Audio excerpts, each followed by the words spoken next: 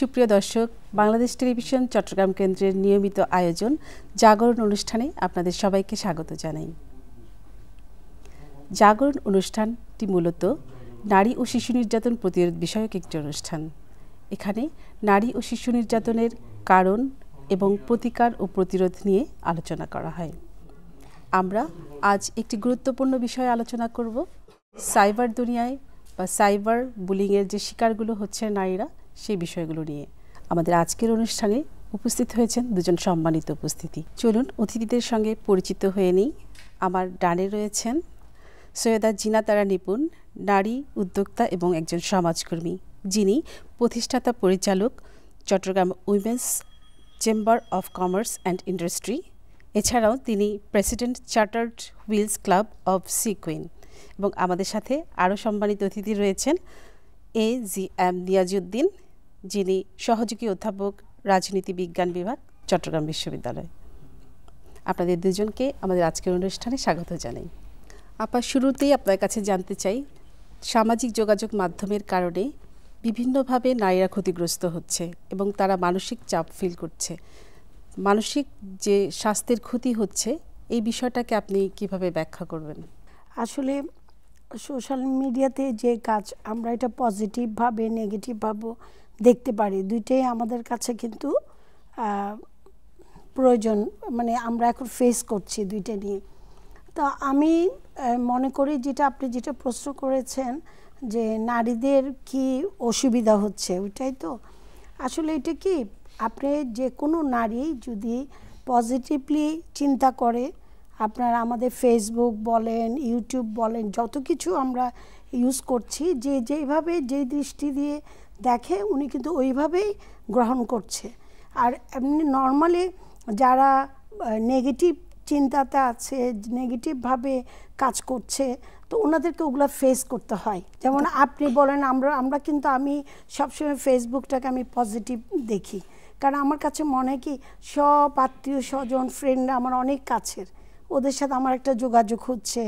বিদেশে যারা আছে মনে হচ্ছে খুব কাছের, কিন্তু যে নারীরা যারা, আমি অনেক সময় দেখেছি নারীদের কিছু কারণে মানে ওরা নিজেরাই হ্যারাসমেন্ট হয়।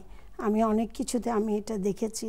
তো এই জন্য আমাদেরকে না প্রথমে নিজেকে সচেতন থাকতে হবে, নিজেকে ঠিক রেখে আমাদের সব কিছুতে আমাদের কিন্তু অংশগ্রহণও করতে হবে, সব কিছু আমাদের ফেস করতে হবে, কিন্তু সম্পূর্ণ ডিপেন্ড করে নিজের উপরে।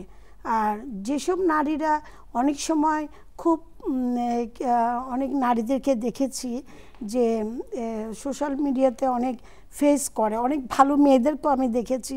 মেয়েরা সবচেয়ে বড় কথা, আমরা যেমন হাউস ওয়াইফ, আবার বিজনেস ওমেনও আমি, হ্যাঁ, বিজনেসও করছি। তা আমি দুটো আমার জীবনে অনেক কিছু দেখেছি যে মেয়েদেরকে সব সময় একটাই জিনিস মানে চিন্তা করতে হবে, নিজেকে অনেস্ট রাখা, নিজে অনেস্ট থাকতে হবে, পার্সোনালিটি থাকতে হবে, তাহলে উনি সব কিছুতে এগিয়ে যেতে পারবে। আপনি নিজেকে যদি কখনো ওই জিনিসটা ধরে রাখতে না পারেন, তাহলে যে কেউ আপনাকে হ্যারাসমেন্ট করতে পারে, এটা আমার বিশ্বাস। এটা আমি জানি না হয়তো কতটুকু আমি সত্য বলেছি, যে আমার জ্ঞান মোরালিটিটাকে গুরুত্ব দিতে হবে। হ্যাঁ, নিজের ইয়েটাকেই সবচেয়ে ইম্পর্টেন্ট দিতে হবে, আগে নিজেকে করতে হবে। স্যার, আপনার কাছে আমার প্রথম প্রশ্ন, সামাজিক যোগাযোগ মাধ্যমের কারণে বিভিন্নভাবে কিশোর কিশোরীরা নানান সমস্যার সম্মুখীন হয়। কোন সমস্যাটাকে আপনি সবচেয়ে গুরুত্বপূর্ণ মনে করেন? হীনমন্যতা, আসক্তি, নাকি বিচ্ছিন্নতা? আসলে সামাজিক যোগাযোগ মাধ্যম বর্তমানে আমাদের জীবনের একটি গুরুত্বপূর্ণ সময় একটা অতিবাহিত করি আমরা। বিশেষ করে এই যে জেনারেশন, বর্তমান জেনারেশন, তারা এটাতে বেশি মাত্রায় আরও বেশি সম্পৃক্ত। এখন আমরা দেখি এটার যে সম্পৃক্ততার আসলে ধরন আছে, হ্যাঁ, এবং যারা ব্যবহারকারী, আমরা দেখছি এই যে ব্যবহারের ক্ষেত্রে নানান রকম দৃষ্টিভঙ্গি আছে। এবং আমরা যদি আমাদের সময় যখন আমরা পড়াশোনা করেছি, আমাদের যোগাযোগ ছিল সরাসরি যোগাযোগের মাধ্যম, অন্য কোনো মাধ্যম ছিল না। এখন যেটা হচ্ছে সামাজিক যোগাযোগ মাধ্যমের মাধ্যমে তারা বিকল্প যোগাযোগের ব্যবস্থা তৈরি হয়েছে, এবং এটার যেটা আমাদের আপা বললেন যে তার মধ্যে দিয়ে একটা সোশ্যাল নেটওয়ার্কিং তৈরি হয় এবং সবার সাথে একটা সম্পৃক্ততা, হ্যাঁ, বন্ধু, হ্যাঁ, ফ্রেন্ডস অ্যান্ড ফ্যামিলির সাথে যোগাযোগ, এটার একটা ভালো দিক আছে। আবার আমরা যদি দেখি এই সামাজিক যোগাযোগ মাধ্যমের মাধ্যমে সে কিন্তু পুরো সমাজের যে চিত্রগুলো সে পেয়ে যায়। এখন আমরা ঘরে বসে এখন সে মার্কিন যুক্তরাষ্ট্রে কি হচ্ছে সেটা দেখছে, বাংলাদেশের ঢাকায় কি হচ্ছে, অন্যান্য জায়গায় কি হচ্ছে, সে নিজেকে কম্পেয়ার করতে পারে। এখন এটার কয়েকটা দিক আছে। আপনি যদি দেখেন যে তার এই কম্প্যারিজনের মধ্যে দিয়ে তার ভেতরে বেশ কিছু উপলব্ধি তৈরি হতে পারে। একটা হচ্ছে আপনি দেখবেন যখন সে দেখে সোশ্যাল মিডিয়াতে মানুষ যখন তার যে বিভিন্ন বিষয়গুলো শেয়ার করে, তখন সে নিজেকে ওই বিষয়গুলোতে পরিমাপ করে, এবং এই পরিমাপ করার মধ্যে দিয়ে তার যে নিজের জায়গাটাকে সে তখন অনুধাবন করে, তার ভিতরে একটা ফ্রাস্ট্রেশন তৈরি হতে পারে। এই জায়গাটা কিন্তু অত্যন্ত গুরুত্বপূর্ণ। আমরা দেখি যে আমাদের তো এই যে বিশেষ করে বাংলাদেশের মতো যে তৃতীয় বিশ্বের দেশগুলোতে আমাদের মানুষের যে জীবন মানের যে জায়গাটা, আমাদের মাথাপিছু আয় কম, তো এখন সবাই তো সমানভাবে সমান রকমভাবে জীবন আচার এক নয়, হ্যাঁ। তো যার প্রভাবটা তাদের ভেতরে দেখে সে কম্পেয়ার করতে পারে তার বন্ধুরা কারা কত সুন্দর করে লাইফ লিড করছে, কোথাও যাচ্ছে, করছে, সে করতে পারছে না। এটা কিন্তু তার ভেতরে এক ধরনের আইসোলেশনও তৈরি করে, একটা হীনমন্যতার জায়গা। আপনি যেটা বললেন, হীনমন্যতাও তৈরি হয় তার ভেতরে যে সে পারছে না। এটা কিন্তু তাকে বিষণ্ণতার জায়গাটাতে নিয়ে যেতে পারে, হতাশাগ্রস্ত করতে পারে, যে তার একটা অপ্রাপ্তি সেটা কিন্তু খুব চোখে ভাসে। আমাদের সময় অপ্রাপ্তিগুলো এত দৃশ্যমান হতো যখন আমরা যতক্ষণ সামনে থাকতাম, কিন্তু সে সামনে তো দেখছেই, যখন সে তার বাসায় সময়টা স্পেন্ড করছে সেখানেও সে এই বিষয়গুলোকে দেখছে। রঙিন দুনিয়ার জিনিসগুলো সবসময় মানুষ কী করে, সোশ্যাল মিডিয়াতে সবচেয়ে ভালো বিষয়টাকেই সে উপস্থাপন করার চেষ্টা করে, সেটার দ্বারা অন্য কেউ তাকে কম্পেয়ার করতে পারছে, যার ফলে এইদিকে একটা এই যে হীনমন্যতা, এবং সে পরে নিজেকে একটু গুটিয়ে নিতে চায়, আইসোলেশন তৈরি হয়, তার ভিতরে হীনমন্যতা তৈরি হয়, সেখান থেকে সে অবসাদগ্রস্ত হয়, হ্যাঁ, নিজের ভেতরে যে কনফিডেন্সটা কমে যেতে পারে সেক্ষেত্রে। আবার একইভাবে আমরা দেখি, আপনি যদি দেখেন বেশ কিছু বন্ধুবান্ধব এখনকার সময়ের সংস্কৃতি আমি বলছি, আমি আমার ছাত্রছাত্রীদেরকে দেখেছি, দেখা যাচ্ছে যে আমরা যখন আড্ডা দিতাম একসাথে, আড্ডা হতো সরাসরি, গল্প করতাম, আমরা শেয়ার করতাম, থটসগুলো শেয়ার করতাম, ভিউজগুলো শেয়ার করতাম, খোলামেলা আলাপ হতো, তর্ক বিতর্ক হতো।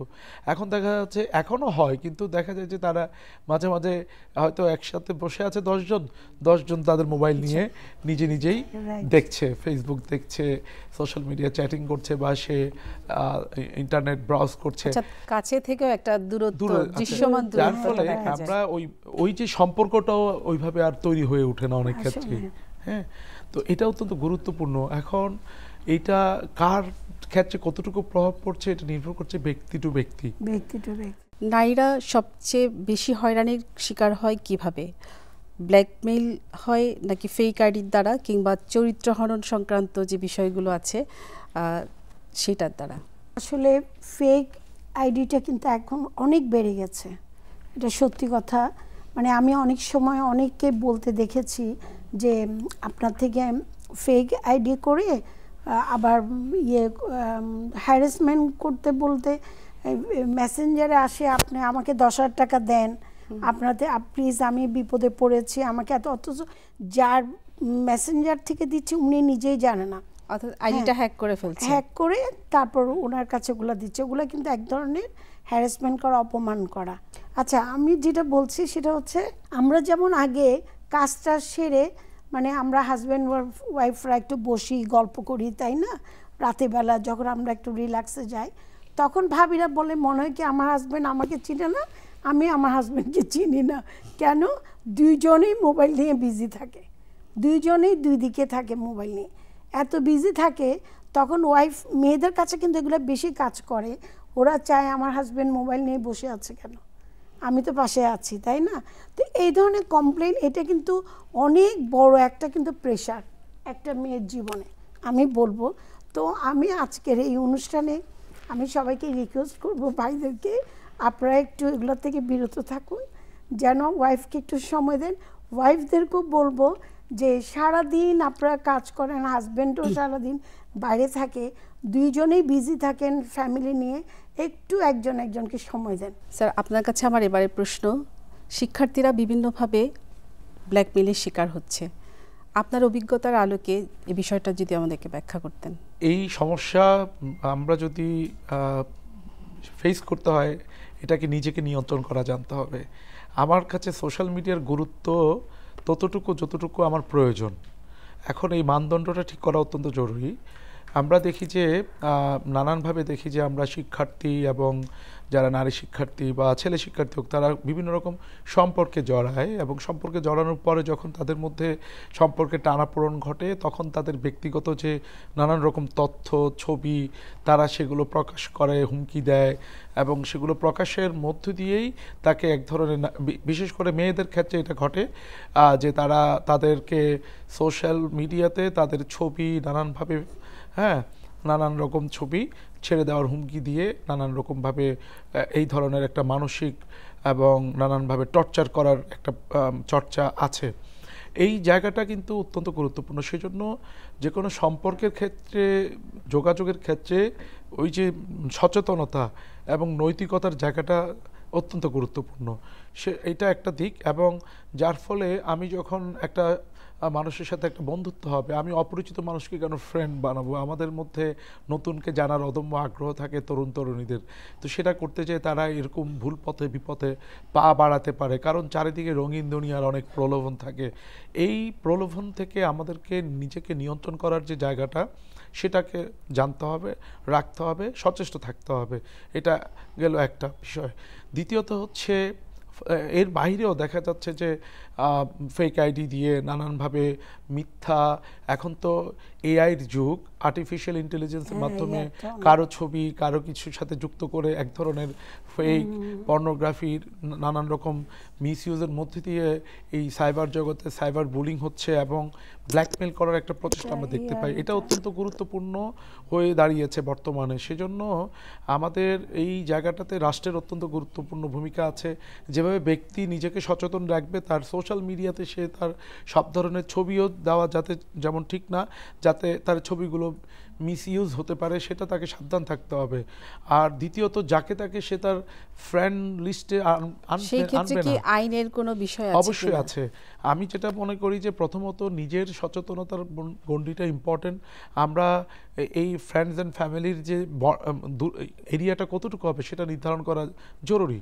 আমরা দেখি যে বিভিন্ন সেলিব্রিটির ক্ষেত্রেও আমরা দেখি নানান রকম ফেক, নানান রকম ব্ল্যাকমেলিং, এইসব এই মেসেজ, নানা রকম ছবি দিয়ে সেটা তাকে ব্ল্যাকমেল করার চেষ্টা করা হয়, সেলিব্রিটিদেরকে হ্যারাস করা হয়, আবার ছাত্র ছাত্রীদেরকে করা হয়। ছেলেরাও এরকম হ্যারাসমেন্টের শিকার আছে, মেয়েরা তো হয়ই, এবং আমাদের সমাজে নারীরা তো ইনসিকিউর আরও বেশি।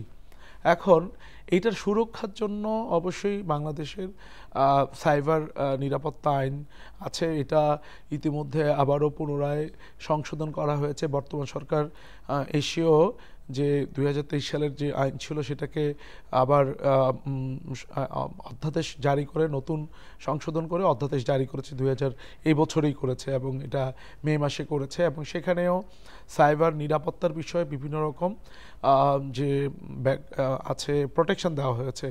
এবং সেই ক্ষেত্রে আমাদের যেটা সমস্যা হচ্ছে যে আমাদের নারীরা, বিশেষ করে নারী শিক্ষার্থী বা নারীরা এবং শিক্ষার্থীরা, তারা কিন্তু লজ্জার ভয়ে, লোকলজ্জার ভয়ে, সামাজিকভাবে হেয় প্রতিপন্ন হওয়ার ভয়ে অনেক ক্ষেত্রেই তারা এই ব্ল্যাকমেলিংয়ের শিকার হলেও প্রকাশ করতে চায় না। এবং যেটা প্রকাশ করতে গেলে সামাজিকভাবে সে কি হতে পারে, হ্যারাসমেন্ট, অথবা তার যে পরিবার, তার যে সমাজ, সেখানে কি হয়, সে নিজেকে সবাই জেনে যাবে বিষয়টা। সেজন্য সে অনেক ক্ষেত্রেই এই ধরনের ক্ষেত্রে আক্রান্ত হয়ে আমাদেরকে জানায় না। যেমন আপনাকে বলি, বিশ্ববিদ্যালয় পর্যায়ে আমাদের সাইবার বুলিং এবং যৌন হয়রানির বিরুদ্ধে সেল আছে। এটা কিন্তু আপনার আদালত থেকে একটা নির্দেশনার প্রেক্ষিতে পুরো বাংলাদেশের প্রত্যেকটা বিশ্ববিদ্যালয়ে কিন্তু যৌন নিপীড়ন বিরোধী এবং সাইবার বুলিংয়ের বিরোধী কি সেল আছে, এবং সেখানে অভিযোগের প্রেক্ষিতে এবং বিশ্ববিদ্যালয়ে সেটার একটা কমিটি আছে, সেই সেলের দায়িত্বপ্রাপ্ত শিক্ষক আছেন, এবং সেখানে কিন্তু সমাজের অন্যান্য স্টেক হোল্ডারও আছেন। সেখান থেকে যে কোনো রকম বুলিংয়ের শিকার শিক্ষার্থীদের তাদের অভিযোগের প্রেক্ষিতে শাস্তি বিধান আছে। এর বাইরে রাষ্ট্রের আইন আছে, এবং কেউ যদি নানান রকম ব্ল্যাকমেলিং, পর্নোগ্রাফি মাধ্যমে নানান রকম চরিতার্থ করার চেষ্টা করে, সে ব্ল্যাকমেল করার চেষ্টা করে, সেই জন্য বাংলাদেশ সরকারের আপনার যে এই ধরনের অভিযোগের ক্ষেত্রে 2 বছরের কারাদণ্ড, 10 লক্ষ টাকা জরিমানা, এই ধরনের ব্যবস্থা আছে। বিশেষ করে 18 বছরের নিচে যদি বয়স হয় সেক্ষেত্রে তার এটা ডাবল জরিমানা এবং শাস্তির বিধান আছে। এই বিধানগুলো আমাদের যেটা কর্তব্য, এগুলো কিন্তু অনেকে জানে না। আমাদের সমাজের সবাই জানে না, নারী শিক্ষার্থীরা জানে না, তরুণ তরুণীরা জানে না। এটাও জানানোর একটা বিষয় আছে যে তারা যে আইনি সুরক্ষা তার জন্য আছে, সেটা সে প্রোটেকশন নিতে পারে, সে থানায় যেতে পারে, একটা জিডি করতে পারে, তার বিরুদ্ধে ব্যবস্থা, যারা সে হুমকি পাচ্ছে সেটার কিন্তু আইনগত বিধান আছে। সে কিন্তু সরাসরি তার জিডি মাধ্যমে সে প্রতিকার চেয়ে কিন্তু থানায় যেতে পারে, কোর্টে যেতে পারে। আর শিক্ষা প্রতিষ্ঠানে সেখানে ব্যবস্থা আছে, আমি যে বললাম, সেখানে সে যেতে পারে। আপনার কাছে আমার সর্বশেষ প্রশ্ন, আপনার অধীনে অনেক নারীরা কাজ করেন এবং আপনি একজন সোশ্যাল ওয়ার্কার হিসেবে মানবিকভাবে অনেক নারীদেরকে সহায়তা করেছেন। যদি কোনো নারীরা সাইবার বুলিংয়ের শিকার হয় কিংবা এই ধরনের সমস্যা ফেস করে, তো আপনি তাকে কিভাবে সহায়তা করেন? আইনটাকে ফেস করতেই হবে, এটা হচ্ছে আমাদের প্রধান কাজ। তারপর আমরা একটা অবশ্যই আমাদের যে ইনার হুইল আমরা যেটা করি, সেটা আমরা প্রায় স্কুলে, হ্যাঁ, যেগুলো গার্লস স্কুল আছে, আমরা কিন্তু ওখানে কিন্তু ক্লাস করাই। এক ধরনের আমরা কিন্তু কাউন্সিলিং করি আমাদের ইনার হুইল থেকে। আমরা সবাই গিয়ে আপনার প্রায় ওখানে তো 16 বছরের নিচে সবাই, তো আমরা ওদেরকে সব সময় বুঝাই যে কিভাবে তোমাকে জীবনটা পরিচালনা করতে হবে, কিভাবে তুমি নিজে তোমাকে টিচারের কাছে যেতে হচ্ছে, নিজে বাসায় যেতে হচ্ছে, তাহলে কি এগুলো নিয়ে কিন্তু আমরা ক্লাস করাই। অনেক সময় আমরা এগুলো নিয়ে একটা প্রোগ্রাম করি, মানে আপনার ওই যে আমাদের ক্লাব থেকে আর কি, যেগুলো আমরা সোশ্যাল কাজ করি, স্কুলে গিয়ে কিন্তু আমরা এগুলা কাজ করে আসছি বলি। এবং অনেক মেয়েরা কান্না করে দেয় যে আসলে আমাদেরকে তো কেউ এভাবে এক্সপ্লেন করে নাই, যে এই জিনিসগুলো আমরা কখনো শুনি নাই। আর মা বাবাকে তো আসলে ভাইয়া যেটা বললো যে অনেক মেয়েরা বলে না, হ্যাঁ, এটা কিন্তু সত্যি কথা, মা বাবাকেও বলে না অনেক মেয়েরা আছে যে মা বাবারে হেল্প করবে। আমার উচিত আজকাল মেয়েরা কেন বলে না, মা বাবার থেকে ওই সাপোর্টটা কিন্তু পায় না। অনেক প্যারেন্টসরা আছে এটাকে খুব সিরিয়াসলি নিয়ে নেয়। আমার কথা হচ্ছে প্যারেন্টসদের উচিত প্রথমে বাচ্চাদের দিকে এগিয়ে যাওয়া এবং কিভাবে এটা সলিউশন করা যায়, কিভাবে মেয়েটাকে আগে ওর মেয়ের চিন্তাটা করতে হবে। স্যার, আপনার কাছে আমার সর্বশেষ প্রশ্ন, একজন অভিভাবক, শিক্ষক এবং শিক্ষার্থী, এই 3টি পক্ষের সমন্বয়ে কিভাবে একটি ডিজিটাল নিরাপদ বাংলাদেশ তৈরি করা যায়? এটা আসলে আমাদের সকলেরই দায়িত্ব। বিশেষ করে আমরা যে এই যে আইনগুলো আছে, বিদ্যমান আইন, অথবা যে এটা ব্যবহার এবং অপব্যবহার ব্যাপারে সবাইকে সচেতন করতে হবে। দেখেন, আমাদের শিক্ষার্থীরা সবাই জানে না, একটা ছাত্র জানে না সে তার নারী শিক্ষার্থী বান্ধবীর সাথে কতটুকু কথা বলার যে, এবং তাকে নানানভাবে তারা মজার ছলে অনেক কিছু করে, কিন্তু সে যে জানে না এই বলতে যে ইভেন একটা ছেলেও কিন্তু আপনারা জানেন শিক্ষা প্রতিষ্ঠানে র্যাগিং আছে, ছেলেদেরকেও র্যাগিংয়ের শিকার হতে হয়। সুতরাং এই যে সংস্কৃতিগুলো, এটার যে ভালো দিক যে কোনো নাই, এবং এইটার যে কি পরিমাণ একটা ছাত্রীর জীবনে কি পরিমাণ ভয়াবহতা ধারণ করে, এবং সে যে সেখান থেকে সুইসাইড থেকে শুরু করে জীবনে নানান রকম গভীর প্রভাব পড়ে। তো এই ব্যাপারগুলো আমরা দেখি যে শিক্ষার্থীরা, তরুণ তরুণীরা এবং আমরা পুরোপুরিভাবে আইনগুলোও জানি না, কোনটা করলে বুলিং হচ্ছে, কোনটা আইনের লঙ্ঘন হচ্ছে। এই জন্য সচেতনতার জায়গাটা খুব জরুরি। অভিভাবককে তার ছেলে মেয়েদেরকে বড় হওয়ার ক্ষেত্রে তাকে সচেতন করতে হবে, সে তার ছেলে হোক মেয়ে হোক, যে এইটুকু তার নৈতিকতার জায়গা থেকে বা সামাজিক যোগাযোগ মাধ্যম ব্যবহারের ক্ষেত্রে তাকে এইভাবে করতে হবে। একজন নারী শিক্ষার্থীকে, নারীকে কিভাবে সম্মান করতে হয় এটা সে পরিবার থেকে শিখবে, শিক্ষা প্রতিষ্ঠান থেকে শিখবে। তো এগুলো পারস্পরিক একটা মিথস্ক্রিয়ার মধ্যে দিয়ে পারস্পরিকভাবে শিখবে এবং সমাজের মধ্যে একটা সম্মান শ্রদ্ধার জায়গা তৈরি করতে হবে আমাদেরকে, এবং এর মাধ্যমে কিন্তু একটা সুন্দর সমাজ আমরা করতে পারবো। আপনাদের মূল্যবান সময় ব্যয় করে আজকে আমাদেরকে সময় দিয়েছেন, এজন্য আপনাদের দুজনকে ধন্যবাদ জানাচ্ছি। সুপ্রিয় দর্শক, আজকের আলোচনার মাধ্যমে সামাজিক যোগাযোগ মাধ্যম কিভাবে আমাদের নতুন নতুন সমস্যার সৃষ্টি করছে এবং এই সমস্যাগুলো কিভাবে আমরা মোকাবেলা করতে পারি, পরিবার, সমাজ এবং শিক্ষক সমাজ সবাই মিলে সচেতনতার মাধ্যমে একটি নিরাপদ সাইবার দুনিয়া প্রতিষ্ঠিত করতে পারি, সেই বিষয় নিয়ে আজকে আমরা আলোচনা করলাম। আমরা যদি নারীরা নিরাপত্তা চাই তাহলে আমাদেরকে অবশ্যই সচেতন হতে হবে এবং প্রতিবাদী হতে হবে। আমাদের সাথে কোনো অন্যায় হলে অবশ্যই তার প্রতিবাদ করতে হবে এবং অত্যন্ত সচেতনতার সাথে সামাজিক যোগাযোগ মাধ্যমগুলো ব্যবহার করতে হবে। আপনাদের সবাইকে ধন্যবাদ জানিয়ে আজকের মতো জাগরণ এখানেই শেষ করছি। আল্লাহ হাফেজ।